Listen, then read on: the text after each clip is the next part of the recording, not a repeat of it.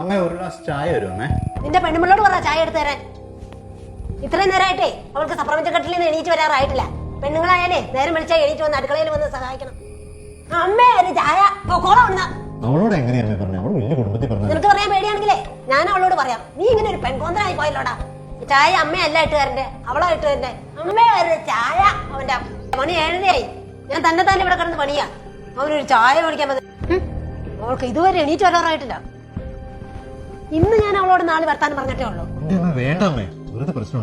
നിനക്ക് പറയാൻ ഇത്ര പേടിയാണെങ്കിലേ ഞാൻ പറഞ്ഞോളൂ അവളോട്. അവളൊന്നും എണീറ്റ് വരട്ടെ. ഓ എണീറ്റ് വന്നല്ലോ മഹാറാണി.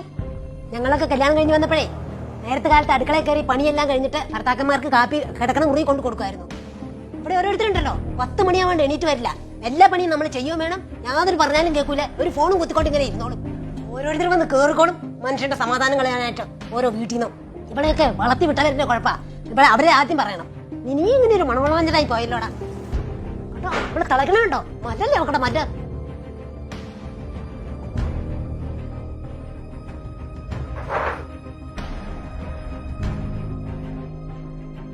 മര്യാദക്ക് ജീവിക്കാൻ നിങ്ങൾ സമ്മതിക്കില്ല അല്ലെ? എന്നെ എന്റെ അച്ഛൻ ഇങ്ങോട്ട് കല്യാണം കഴിപ്പിച്ച് വരുന്ന സമയത്ത് എന്നോടൊരു കാര്യവും പറഞ്ഞു. ഈ ബാഗ് വന്നിട്ട് എന്നോടൊരു ഉപദേശവും പറഞ്ഞു.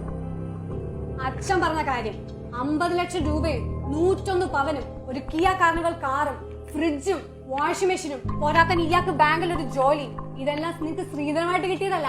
ഞങ്ങൾ ഇയാളെ കാശ് കൊടുത്ത് മേടിക്കാൻ ചെയ്തു. അല്ലാണ്ട് എന്നെ നിങ്ങൾ കാശ് കൊടുത്ത് മേടിച്ചല്ല. മനസ്സിലായോ? ഈ ബാഗോ? ഈ ബാഗ് ഇത് തന്നിട്ട് അച്ഛൻ എനിക്കൊരു ഉപദേശം കൂടെ തന്നു. എന്താ പറഞ്ഞേ? നീ കല്യാണം കഴിഞ്ഞു പോണ വീട്ടില് നിന്റെ അമ്മായിയമ്മയോ ഭർത്താവോ ആരെങ്കിലും നിന്റെ വാക്കുകൊണ്ടോ പ്രവൃത്തി കൊണ്ടോ വേദനിപ്പിച്ചിട്ടുണ്ടെങ്കിൽ വേറെ ഒന്നും നോക്കണ്ട. ഇത് ലൈസൻസ് ഉള്ള നോക്കാം. ഒറ്റ ഷോട്ടിന് തീർത്തോളന്ന് അച്ഛൻ പറഞ്ഞേക്കാം. അതിന്റെ പേരിൽ എന്ത് പ്രശ്നം ഉണ്ടായാലും അച്ഛൻ ജയിലിൽ പൊക്കോളാന്ന് പറഞ്ഞു. നിനക്ക് കാപ്പിയാണോ ചായയാണോ കുടിക്കാൻ വേണ്ടേ? വേണമെങ്കിൽ മോൾക്ക് നല്ല ക്ഷീണം ഉണ്ടല്ലോ, കുറച്ചു നേരം കൂടെ പോയി കിടന്നോളാം. സ്ട്രോങ് ചായ മധുരം കൂട്ടി. മോളെ നിനക്ക് ഇത്തിരി ഹോർലിക്സും കൂടെ ഇട്ട് തരട്ടെ ചായയില്?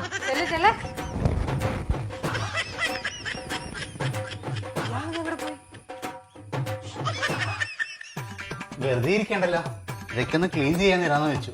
നീ തന്നെ എപ്പോഴും കഷ്ടപ്പെടണ്ടല്ലോ.